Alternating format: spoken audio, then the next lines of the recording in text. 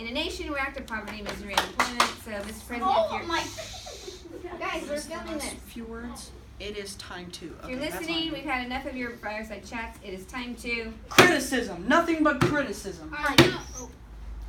I know. It's awful. Did anyone see the Washington Post this morning? my friends.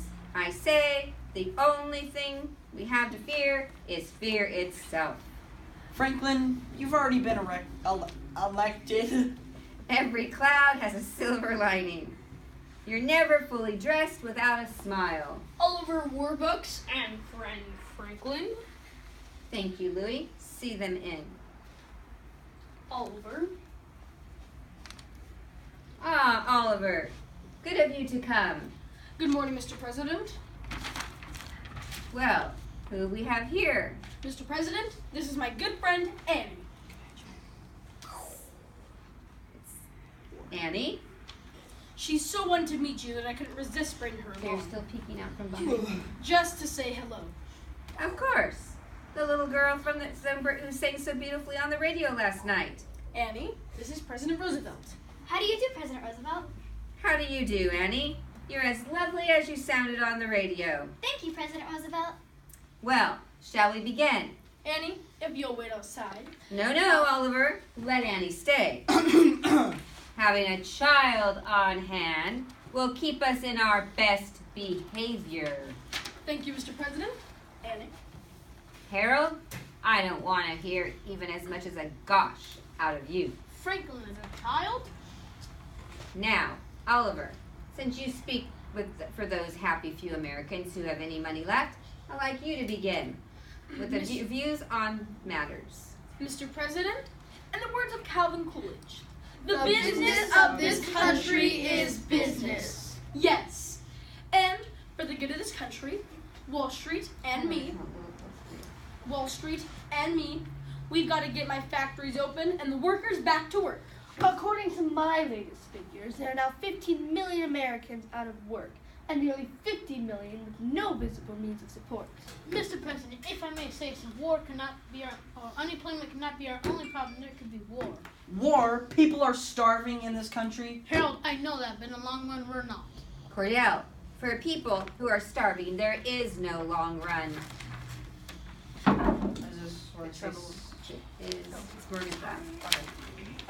The trouble is it's all happening at once. Sit the down stock market has taken another nosedive.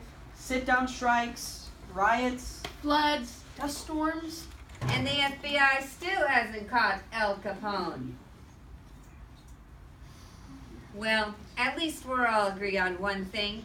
The situation is hopeless and getting worse. Henry, I'd like to see those figures. The sun will come out tomorrow. Bet your bottom dollar that tomorrow. Quiet, girl. Harold, what did you say, Annie? No, that's all right. Go ahead, my dear.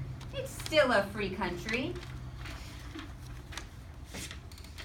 Just thinking about tomorrow clears away the cobwebs and the sorrow. We were talking to them. Till there's none. When I'm stuck with a day that's gray and lonely, I just stick up my chin and grin and say, oh, the sun will come out tomorrow, so you gotta hang on till tomorrow.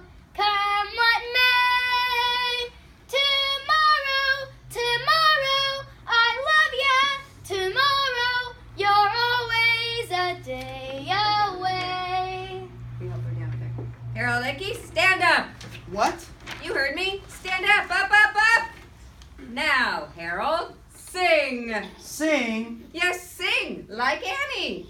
I've just decided that if my administration's going to be anything, it's going to be optimistic about the future of this country. Now sing. But Franklin, you know that I sing. Tomorrow. No, it's the sun will come out. Oh, the sun will come out tomorrow. Louder, Harold. Bet your bottom dollar that tomorrow there'll be sun. Perkins. Just thinking about tomorrow. Clears away the cobwebs and the sorrow till there's none. Solo for the president. When I'm stuck with that day that's gray and lonely, I just stick out. You've got to really jump Excuse in me, there. it's up my chin. Up my chin and grin and say, everyone, Republicans to Oliver, sing! The sun will come out tomorrow, so you gotta hang on till tomorrow. Come what may. Tomorrow, Tomorrow, I love ya. Tomorrow, you're always a day away. tomorrow, tomorrow, I love ya. Tomorrow, you're always a day away. Harold. Nailed it. Mr. President, a telegram. Ah, yes, excuse me, everyone.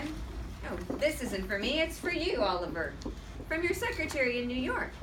Hundreds of couples jamming street outside house, all claiming to be Annie's parents.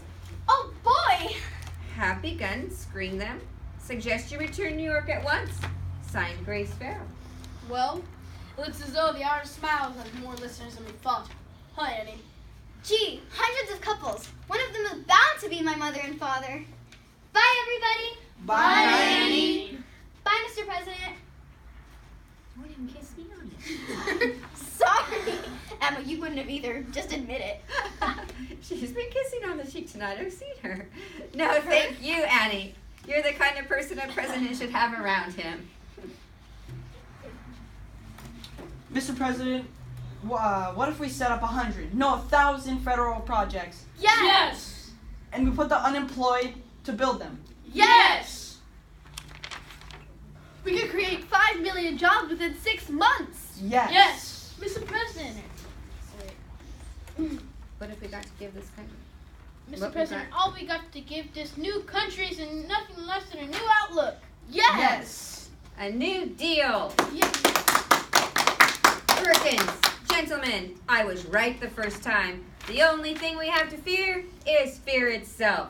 Tomorrow, tomorrow, I love ya, tomorrow. You're only a day away. Everyone.